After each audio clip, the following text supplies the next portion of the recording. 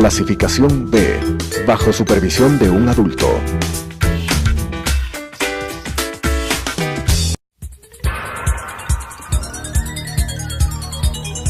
Las opiniones vertidas en este espacio por la producción y dirección del programa son de exclusiva responsabilidad de sus autores y de quienes intervienen en ellos.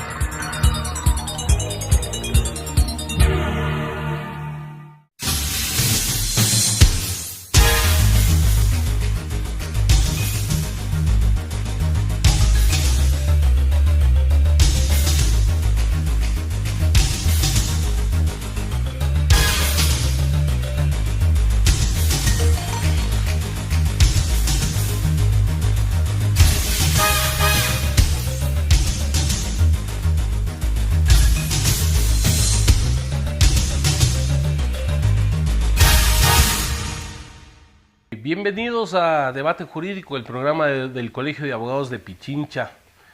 En esta semana nos acompaña el magíster David Rosero. Como todos conocemos, él fue vocal del Consejo de Participación Ciudadana. Y por supuesto, entonces vamos a tratar un tema que todos quieren conocer, diferentes puntos de vista, como es el Consejo de Participación Ciudadana y Control Social Transitorio, y cómo se conformará el futuro consejo. Gracias, David, por haber aceptado la invitación del Colegio de Abogados de Pichincha.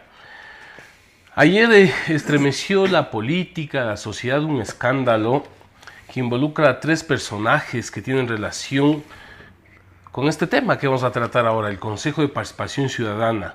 Estamos hablando en primer lugar del fiscal, del contralor, que son 2 autoridades elegidas por el Consejo de Participación Ciudadana, e involucrado el presidente de la Asamblea Nacional, que tiene nada más y nada menos en sus manos que elegir al nuevo Consejo Transitorio. Lo que se hace evidente cada vez este tema de la transparencia como algo urgente. ¿Cómo entender entonces, David, que dos de los involucrados, el fiscal y el contralor, hayan tenido la más alta calificación cuando hubo el concurso por parte del Consejo de Participación Ciudadana? Un saludo cordial a la distinguida audiencia de Telesucesos, del programa del Colegio de Abogados, agradeciendo al doctor Ramiro García, a ti, Ángel, a quienes conforman el colegio, todos los abogados y abogadas. Creo que lo que pasa en el Ecuador es realmente grave. La crisis política se sigue desatando. Este es un nuevo capítulo más de toda la corruptela, del ajuste de cuentas, en definitiva, el desangre de la institucionalidad como tal. Y en ese contexto me parece que hay que evidenciar que estas personas, tanto Vaca, el presidente de la Asamblea, el excontralor, vienen de un tronco común. Todos estos corruptos, yo digo, vienen del tronco común de Alianza País. Eso es lo que genera toda esta maraña de acusaciones, de dimias y diretes. Yo creo que Serrano me da la razón cuando dice que al fiscal le han regalado el cargo. Él lo dice, pero a su tiempo no hizo absolutamente nada cuando fue ministro del Interior. Recuerda, Ángel, que Vaca Mancheno fue asesor de Serrano en un momento del Ministerio del Interior.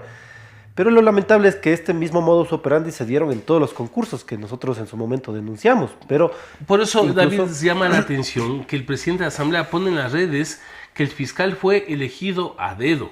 ¿Qué opinión te merece eso? Básicamente que, como dicen los abogados, ¿no? A confesión de parte, relevo de prueba. Prácticamente no solo que Serrano con ese mismo tuit se pone la soga al cuello, debería de renunciar y ser investigado, sino que evidentemente revela algo que he venido denunciando, que todos los concursos que una mayoría impuso como autoridades en el Consejo, en el Estado y el actual Consejo de Participación prácticamente fueron concursos maniatados. La palancocracia sustituyó a la meritocracia. Y esto no solo pasa con el actual fiscal, pasó con el anterior fiscal, con el Consejo Nacional Electoral, con el Tribunal Contencioso Electoral, con los superintendentes. Entonces estamos hablando de que todas estas autoridades estuvieron viciadas en el proceso de elección. Así es. ¿Cuáles eran las expresiones fundamentales? Bueno, básicamente que las carpetas se calificaban entre 4 paredes, es decir, con una vara se medía a los correístas y con una vara distinta a los ciudadanos independientes. El sistema informático permitía la filtración de preguntas, es decir, que había el examen direccionado para los entre comillas, los iluminados correístas. En tercer lugar, la fase de impugnación fue difuminada cuando esta etapa se la puso al inicio del concurso. Muchas impugnaciones se archivaban, no se tomaban en cuenta.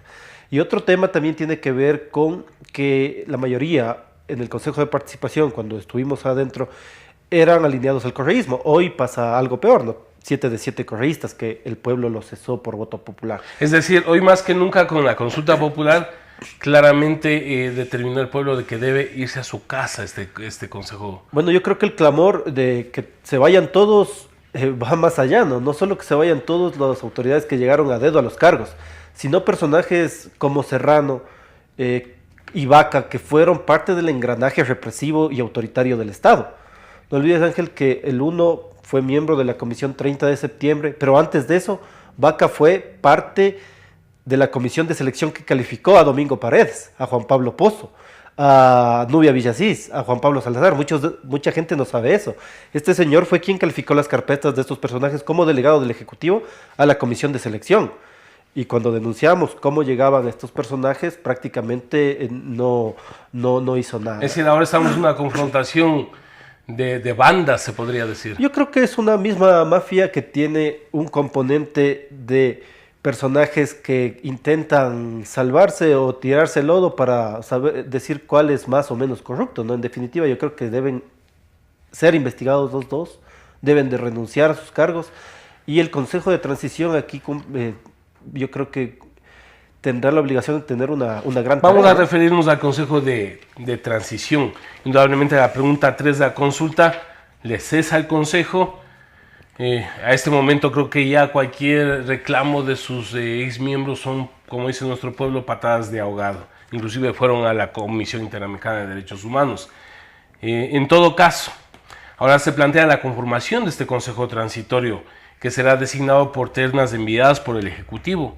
¿Tú crees que hoy que se conocen las ternas, se ha cumplido con la voluntad popular, con los nombres que hoy ha propuesto el presidente de la República? ¿Qué de tu experiencia y del conocimiento son ternas que el pueblo ecuatoriano puede quedar tranquilo que se ha cumplido su voluntad?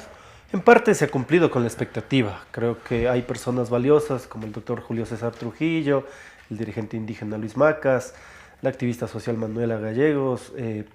Podría rescatar algunos nombres, ¿no? Hay algunos, yo podría señalar que falta tal vez algún joven ahí en las ternas. En todo caso, me parece que por los frutos la gente conocerá las acciones pero es por eso mismo, ¿no? Te digo, David, pero resulta que ahí vemos caras de gentes que estuvieron en el gobierno anterior y fueron parte de Alianza País, que inclusive tú lo has nombrado, algunos de ellos fueron fundadores de Alianza País. Sí, bueno, yo creo que la acción más contundente en cuanto a documentaciones que se conocerá cuando sean electos terna por terna en la Asamblea Nacional es el tema de Zabalaegas, ¿no? Que se menciona algunos asuntos incluso de prohibiciones legales. En todo caso, yo aspiro, y ese es el voto de confianza, de que estas personas, por sus acciones, se las conozca. ¿Qué deberían hacer desde mi punto de vista? Y desde el punto de vista del anexo, más bien. Cesar a todos los correístas que entraron por palancas al Consejo, a las diferentes instancias del Estado. Deben cesar al Tribunal Contencioso Electoral, al actual fiscal, al defensor del pueblo, a los superintendentes y iniciar el proceso de renovación del Consejo Nacional Electoral. El Consejo Nacional Electoral está prorrogado en funciones, estimado Ángel, y por eso, en ese sentido... Pero ahí viene una inquietud del presidente de la comisión, de una de las comisiones de la Asamblea Nacional, dice que no se podría cesar, sino solo evaluarlas. Bueno, yo creo que fue un lapsus del asambleísta Mendoza, me parece que no leyó bien el anexo. Ellos, los miembros del Consejo Transitorio, tienen la capacidad no solo de evaluar, sino de cesar en funciones. No, porque si evalúa debe ser para ver qué hago, pues. Así es, y tienen un tiempo perentorio de 6 meses, es decir, yo planteo que en 15 días se haga un reglamento, los otros 15 días se pida la rendición de cuentas de toda la gestión de estas autoridades, y luego se siga haciendo la evaluación en audiencias públicas. Por ejemplo, para colocar un ejemplo, al señor Yalc se le llama a comparecer en audiencias públicas. Todos los afectados por el famoso error inexcusable, todos los afectados por los juicios amañados, por la presión a jueces, eso determinará que la evaluación sea cesado. Él entró a dedo, él no entró por un concurso de méritos. el señor fiscal, el tema del 30 de septiembre, por ejemplo, el defensor del pueblo, que más se convirtió en defensor del Estado, no defendió a los 10 del Uncoto, a los 850 perseguidos, etcétera. Y así podríamos hablar del CNE. Ellos utilizaron o dejaron utilizar la maquinaria estatal para que el gobierno anterior haga y deshaga con propaganda utilizando todo el Estado. Pero ¿será que el Consejo Nacional Electoral le es necesario en el momento al gobierno para llevar adelante? El problema es que el Consejo Nacional Electoral está prorrogado en funciones. De hecho, ellos se cogieron de una resolución del procurador que salió también renunciando por el tema de la consulta popular, pero hoy mismo ellos están prorrogados en funciones. El Consejo de Transición lo que tiene que hacer, en ese caso, es ni siquiera evaluar. Tienen que ser cesados inmediatamente porque la Constitución establece un tiempo de 6 años y renovación parcial de 3 años. David, para justamente nombrar este Consejo Transitorio, la Asamblea Nacional debería establecer o está obligado a escoger al primero de cada terna por mayoría simple, absoluta, es decir, porque parece que hay todo un proceso de negociación entre los partidos políticos en la propia Asamblea que no podría garantizar que sea el primero de cada terna. Bueno, por el escándalo último, el asunto se torna bastante complejo, ¿no? Se aspira a que se vote terna por terna, obviamente viendo las hojas de vida de cada uno de estos personajes, pero vuelvo y repito, al final del día, si en 20 días no se toma una decisión, entiendo que se lo va a hacer pronto, los primeros de terna entrarían, pero lo importante serán sus acciones. Se habla que es el día de mañana, miércoles. Así es, entonces yo creo que las acciones reflejarán si ese consejo transitorio cumple con la voluntad popular. Eso te iba a decir, David, los partidos políticos están obligados inclusive moralmente a cumplir el mandato popular, porque a mí sí me preocupa el día de mañana que se vaya a elegir este consejo transitorio. ¿Qué va a pasar con los de Alianza País o con los correístas? ¿Van a votar en contra? Habría que ver, yo creo que es un mandato popular, no deberían tomar una decisión. En todo caso, yo creo que las acciones determinarán las actividades futuras del Consejo de Transición, que desde el punto de vista del anexo y del clamor popular es cesar a todos los correístas, iniciar procesos nuevos, transparentes. Yo creo que deben reformarse los reglamentos en estas partes donde yo te comento. La calificación debe ser a la luz pública, las pruebas de oposición, las impugnaciones, todo debe ser de forma transparente. Y obviamente tienen la tarea también de combatir la corrupción, de promover los derechos de participación que han sido afectados en el gobierno anterior. Y obviamente también es necesario analizar lo que será el consejo definitivo que será electo en el 2019. Vamos a analizar eso justamente, pero mi inquietud es qué va a pasar con las autoridades que fueron designadas antes del 2015, es decir, Carlos Ochoa, ¿todos que deberán ser cesados o qué? Bueno, el anexo establece que se deberán entrar a evaluación todas las autoridades electas por el actual Consejo de Participación. Muchas autoridades están por terminar sus periodos. En el caso de Ochoa, si no es destituido por el juicio político, evidentemente también, que es lo más probable, porque hay una argucia de Carlos Ochoa que vamos a conversarlo, si tú me permites, David, luego del corte comercial.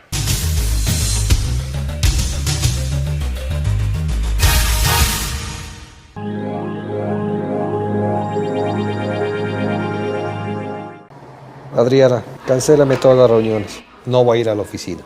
Estoy con una jaqueca que no aguanto. ¡El jefe no viene!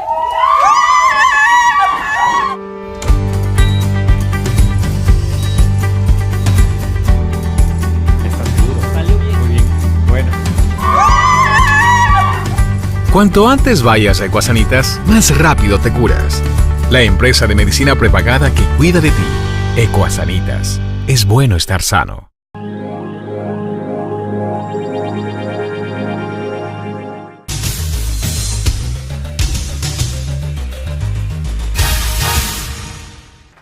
Continuamos con Debate Jurídico, el programa del Colegio de Abogados de Pichincha. Para quienes nos sintonizan en este momento, estamos con David Rosero, ex vocal del Consejo de Participación Ciudadana, con el tema precisamente del Consejo Transitorio, y nos va con sus opiniones también a explicarnos en qué o cómo debería elegirse, ya no al transitorio, sino al definitivo. Pero antes de eso, David, le escuchaba al señor Carlos Ochoa entre los argumentos de su defensa de que la consulta popular se refería a ser evaluados quienes fueron electos por este Consejo de Participación, es decir, por el que acabó de digamos, por voluntad popular, terminar sus funciones.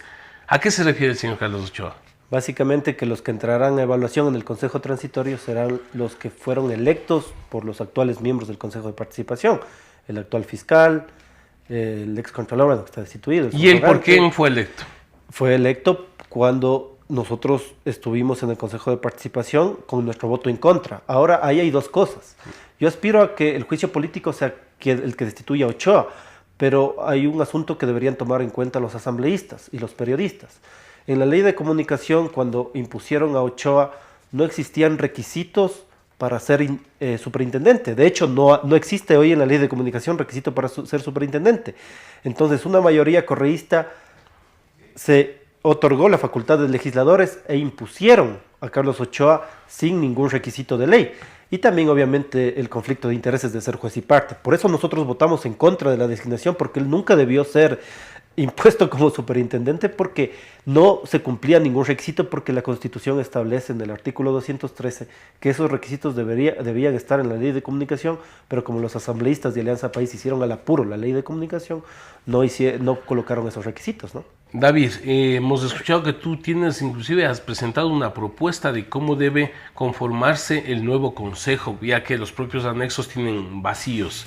¿Cuál debería ser la normativa o cómo crees que debería ser la conformación del Consejo de Participación Ciudadana definitivo? Bueno, básicamente tiene que respetarse la voluntad popular. El pueblo ha dicho, vamos a una elección por voto popular. Hoy mismo hay una relación incestuosa.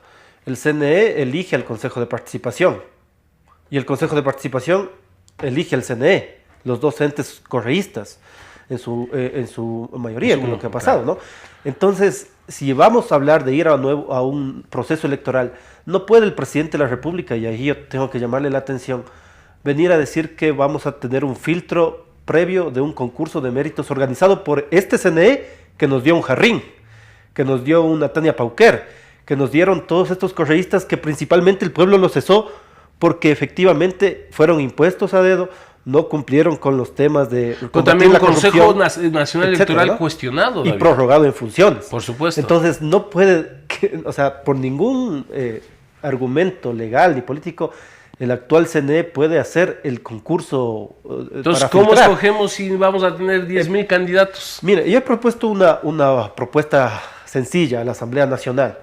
El día de ayer incluso estuvieron algunas organizaciones recogiendo esta propuesta, que tiene que ver con dos situaciones. Hay dos formas de postularse para ir a la papeleta electoral. Una mediante las organizaciones sociales nacionales de tercer grado, que estoy planteando que cada organización nacional legalmente registrada pueda postular un candidato o candidata. Y si los ciudadanos desean participar, que es la otra vertiente de donde podrían venir los candidatos, puedan recoger el 0,25% de firmas del padrón electoral, que serían más o menos unas 32,000 firmas. De las dos formas podría la ciudadanía participar. Ahora, vamos al ejemplo concreto. En la última consulta popular, ¿cuántas organizaciones se inscribieron? 40. Si quitamos a los partidos que no pueden postular, nos quedarían 27. 27 más o menos sería la papeleta de las organizaciones sociales. Nacionales. Si los ciudadanos desean participar, tendrían que coger un 0,25% de firmas para poder participar. Pero más o menos estaríamos hablando de un rango manejable de candidatos. Ahora, el tema de una gran papeleta de candidatos es relativo. Por ejemplo, ¿cuántos candidatos hubo la anterior elección para asambleístas nacionales? 15 multiplicado por 13 o 14 partidos nacionales. Claro. Que es un número exorbitante. Ahora vamos a una papeleta con alrededor de unos 27. Que podría ser menor que inclusive de lo que estamos acostumbrados. Es decir, no es el tema del manejo de la papeleta. Es más bien el tema de la democracia, de la participación. Los concursos han entrado en cuestionamiento. O sea, la gente escucha concurso de méritos y oposición y ya se da cuenta de que hay algo amarrado. Hay una inquietud, David. ¿Qué pasa con la prohibición legal de realizar cambios en materia electoral un año antes de los comicios? Si lo que se pretende es nombrar ese nuevo Consejo de Participación en las elecciones seccionales. ¿Qué debe hacer la Asamblea? ¿Debe hacer reformas? Porque ahí está establecido, no puede haber cambios en materia electoral. Así es, bueno, las elecciones deberían correr para el mes de marzo, para la última semana.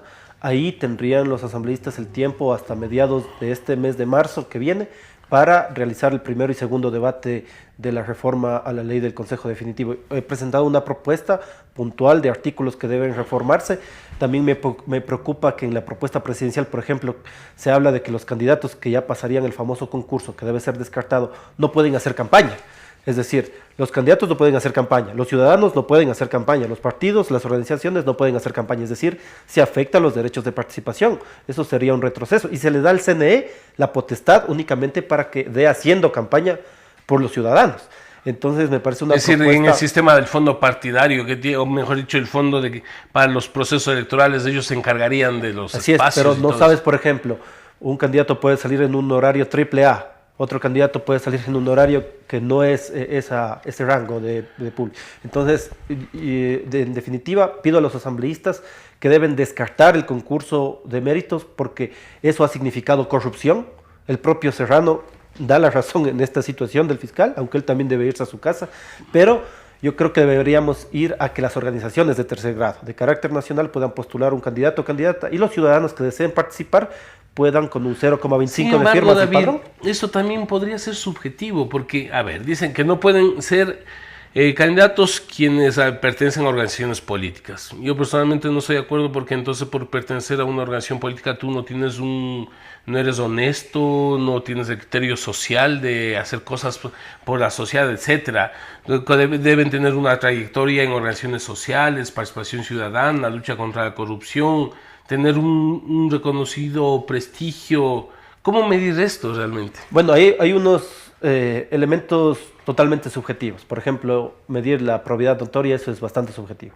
Hay otros que sí se podrían medir. Ahora, esta prohibición de que no sean militantes, adherentes o directivos de partidos políticos va en contra del artículo 11 de la Constitución, que no plantea ninguna discriminación por etnia, religión, condición ideológica, política, incluso pasado judicial. Pero en todo caso, hay que analizar que este elemento fue utilizado por el correísmo para decir, a ver, nada de partidos, pero solo yo. Claro, y entonces o sea, se utilizó la ficción de la ciudadanía para decir, la ciudadanía no es política, no tiene una ideología política, a eso me refería, para secuestrar las instancias del Estado. Entonces, esto debe entrar a un debate, o sea, debe entrar a un debate porque no quisiera pensar, ¿no?, que las instituciones pasen de un dueño a otro dueño. Eso es lo que no quiere la gente, eso es por lo que no votó.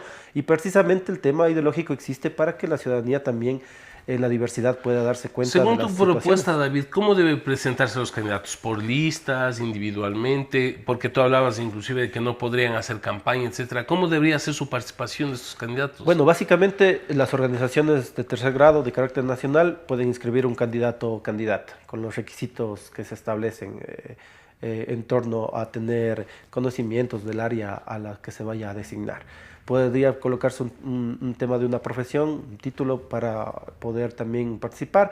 El otro tema me parece que ya esos candidatos deberían hacer campañas no entregando dádivas o mediante el clientelismo, eso debe ser controlado, mediante debates, foros, dando a conocer las hojas de vida, caminando, básicamente una campaña diferente desde el punto de vista de dar a conocer las propuestas. El Consejo tiene 3 atribuciones: combatir la corrupción, promover la participación y designar autoridades mediante procesos transparentes. ¿Y qué método se aplicaría para declarar ganadores también? Porque tú sabes que el CNE aplica el método de Home, de Wester.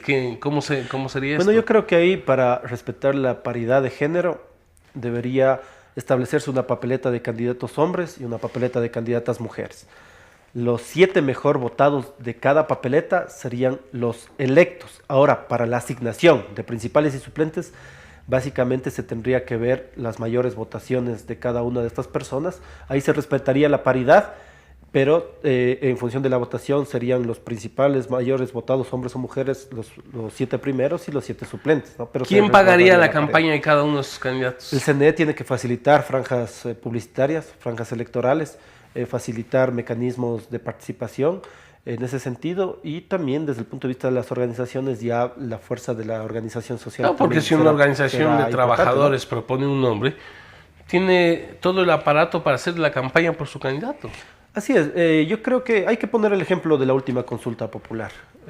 27 organizaciones sociales nacionales se inscribieron, cada una recibió un porcentaje de los recursos del CNE y se pudo hacer el tema de la campaña, ¿no? Se podría mejorar el tema de las condiciones para realizar estos eventos electorales, pero es una campaña de nuevo tipo, de debate, de propuesta, de foros, de contraposición de ideas, pero lo importante es que se haga campaña. Lo otro, lo que plantea el gobierno, me parece regresar en derechos.